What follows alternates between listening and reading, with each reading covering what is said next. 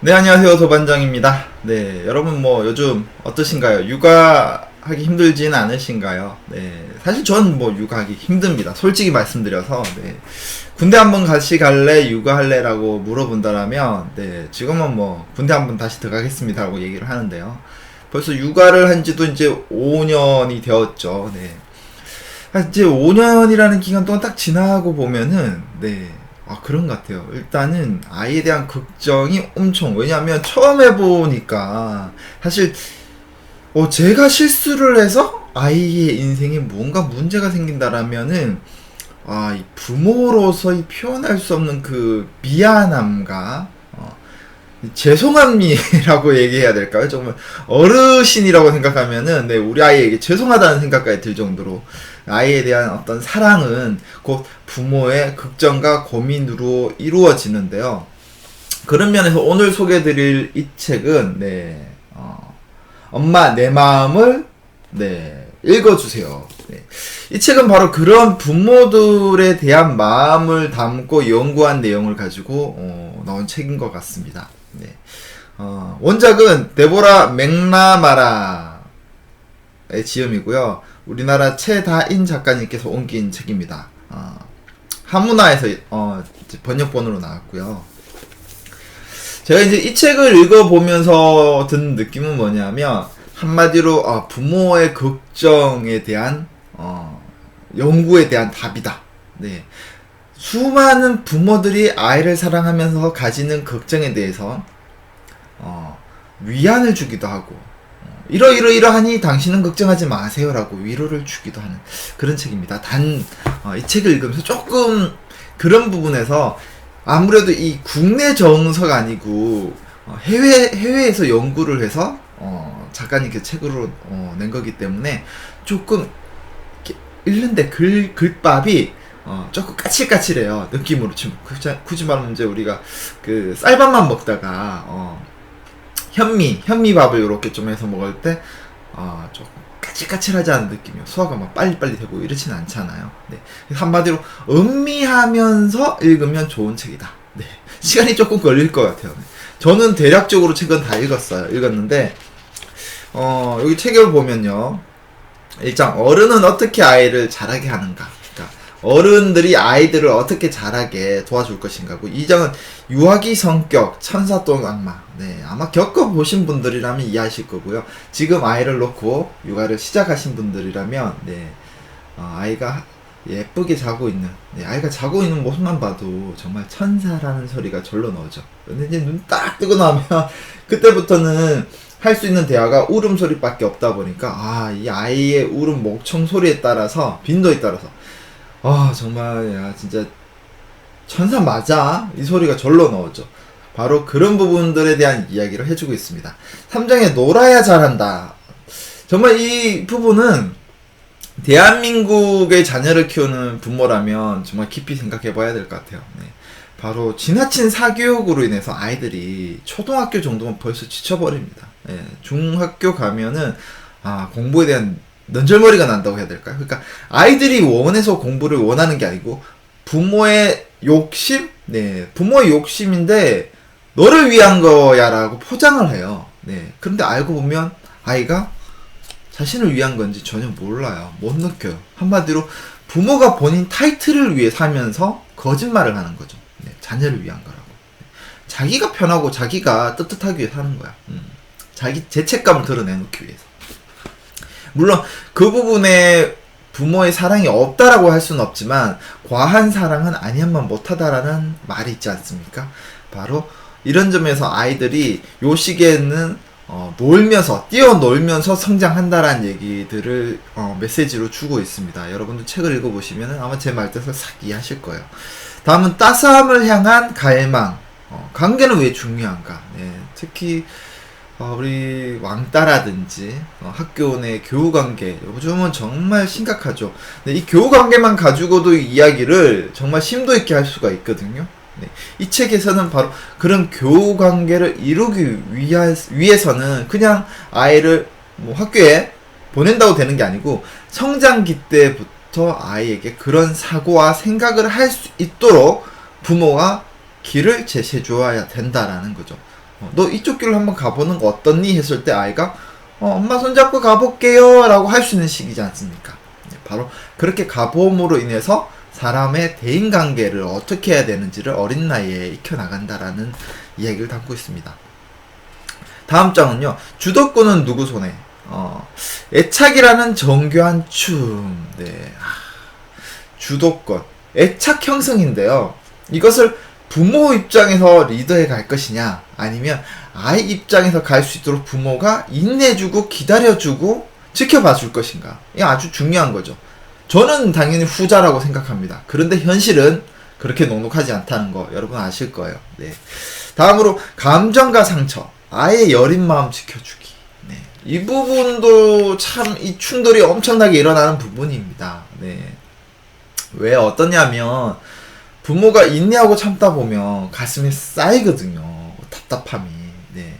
그러다 보니까 저 아이가 열심히 엄마랑 뭘 만들었어요. 어느 뭐 이렇게 행사에 나가기 위해. 그런데 나가기 직전에 아이가 실수로 부서지거나 손상이 간 겁니다. 그러면 부모는 어떻게 하겠어요? 대부분 오는 게 화부터 내죠. 너 오늘을 위해서 이렇게 했는데 내 엄마가 아빠가 뭐라 그랬어? 하지 말라고 했지. 조심하라 했지. 아이는 어떻게 될까요? 완전 얼음이 돼 주눅이 드는 거죠. 그런 상태에서 행사를 갑니다. 아이가 즐거울까요? 즐겁지 않죠. 그러면 아이가 엄마 나 집에 갈래. 그러면 왜 너 이렇게 기다리던 건데 왜 이렇게 일찍 집에 가려고 해? 아니야 엄마. 그냥 컨디션도 안 좋고 해서 오죠 집에. 그런데 부모는 그런 아이의 마음을 들여다보는 경우가 많지 않아요. 네. 결국 딱 들여다보면 되돌아가서 처음에 부서졌을 때 그 부분을 최선을 다해서 조금 더 넣더라도 수리를 하거나 고치거나 아니면 아이에게 오늘이 아니더라도 얘는 다시 해서 우리끼리만이라도 시간을 가질 수 있어. 너무 걱정하지 마. 라는 메시지를 던져 주어야 되는데 그렇지 못하다는 거죠. 그러니까 여린 마음의 아이들, 엄마 아빠 앞에서는 감정적 표현을 잘 할지 모르는 아직 나이 때니까 언성을 높인다거나 땡깡을 부린다거나 이렇게 하지만 사실은 아이들은 열입니다. 네, 어른하고 달리 아직은 경험이 축적되어 있지 않기 때문에 열이다는 거죠. 이런 여린 아이들에게 우리는 어떻게 접근해 주어야 되고 아이를 어떻게 인도해 주어야 될 것인지에 대한 이야기들을 풀어가고 있습니다. 다음 장으로 울음과 떼쓰기, 불만과 공격성을 이해하자. 좀 전에 이야기 드린 것처럼 아주 갓난아기 때는 우는 것밖에 할 수가 없죠. 모든 대화가. 그리고 조금 성장하다 보면 표현할 수 있는 어휘력이 부족해요. 네. 제가 별도의 영상에서 얘기 드렸지만 아이들이 어휘력이 강해지려면 독서의 힘도 필요하지만 무엇보다 부모하고의 대화가 더 필요합니다. 왜? 책 속에 있는 단어는 한계가 있어요. 예를 들면 140단어 정도를 가지고 어린 아이의 책을 가지고 이야기한다라면 부모하고의 대화에서는 1400단어 이상이 나옵니다. 저는 건우군이 그렇게 해서 2살하고 이제 7월달, 7개월 때, 그러니까 16개월, 17개월 됐을 때 어린이집을 이제 노크로 해서 가기 시작했는데요. 이미 그때 어느 정도, 네, 표현을 할 수 있는 어휘가 됐었어요. 왜냐하면, 저는 건우군이 1살이고 이제 2살 이제 넘어가서 아직 부모의 말을 이해 못한다라고 무시하거나 그러지 않고요. 그냥 동등한 인격체라고 생각하고 얘기를 계속 했어요. 네. 아이는 하더라도 저는 계속 얘기를 한 거죠.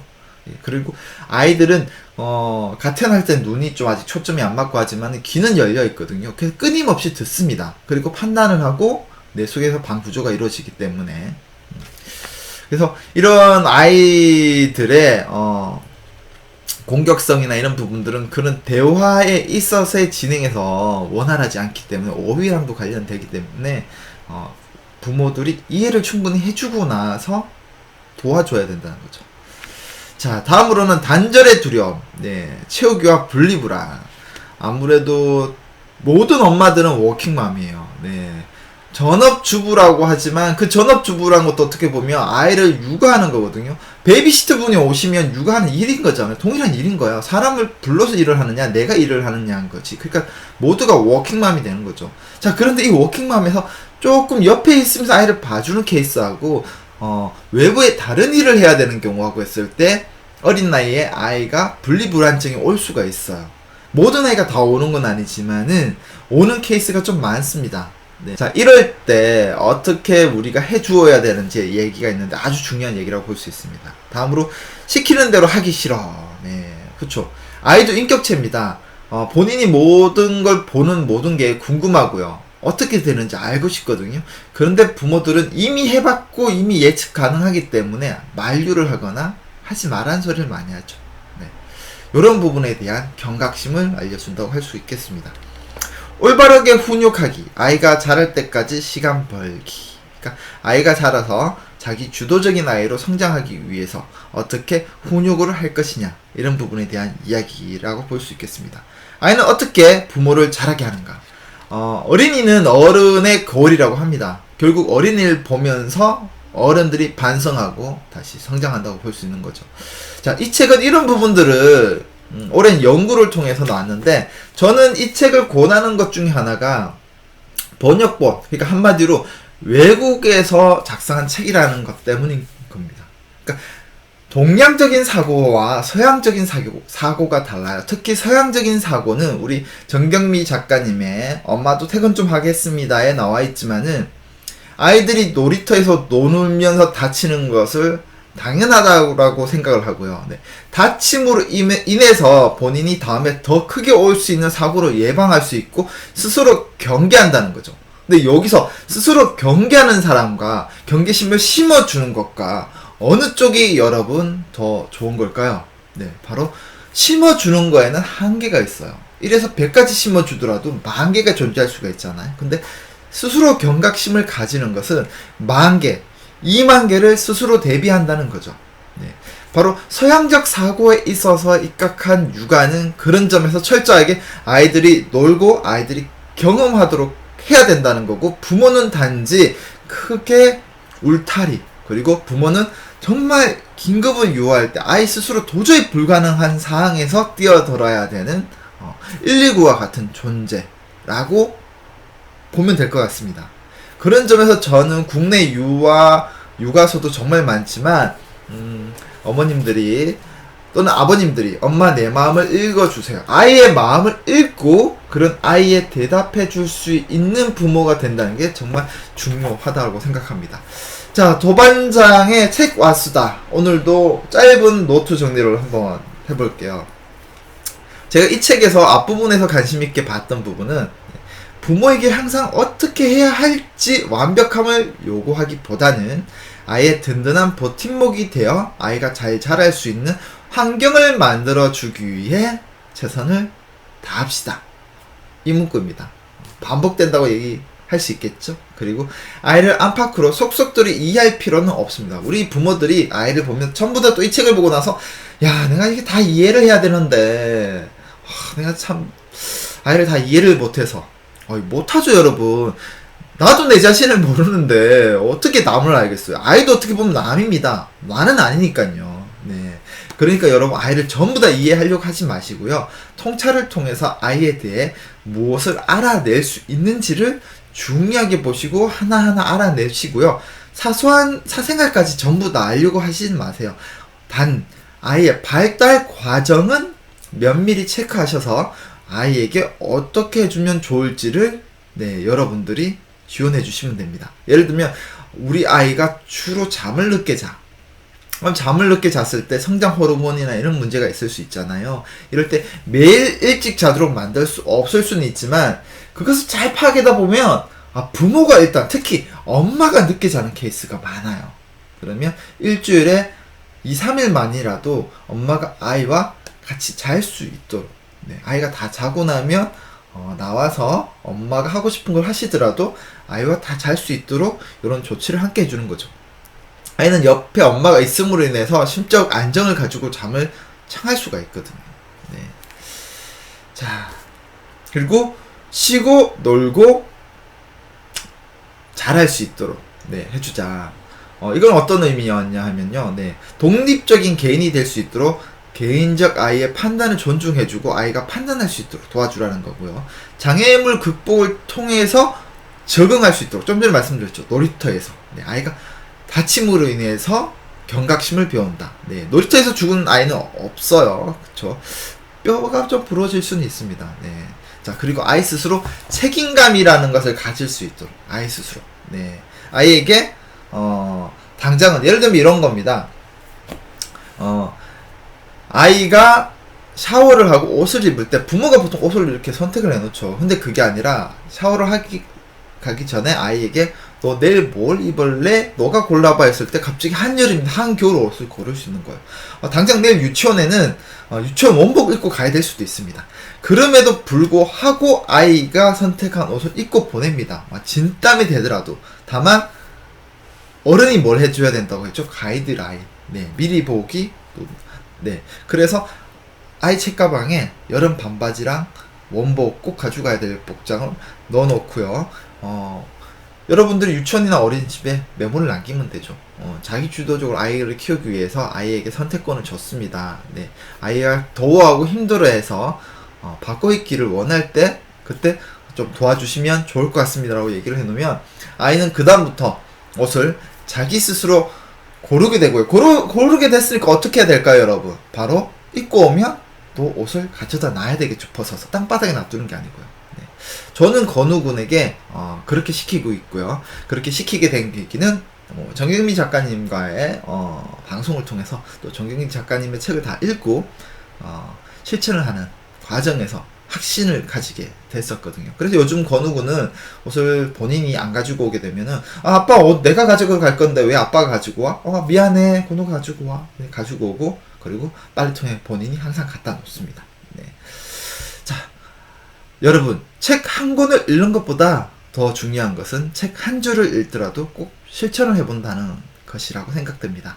육아하는 대한민국 모든 어머님들, 네, 오늘도 실천하는 그런 부모가 되셨으면 좋겠습니다. 도반장의 맘스타TV, 네, 책 와수다. 오늘은 또 여기까지 하고요. 또 더 좋은 책으로 다음 시간 가지도록 하겠습니다, 여러분. 안녕.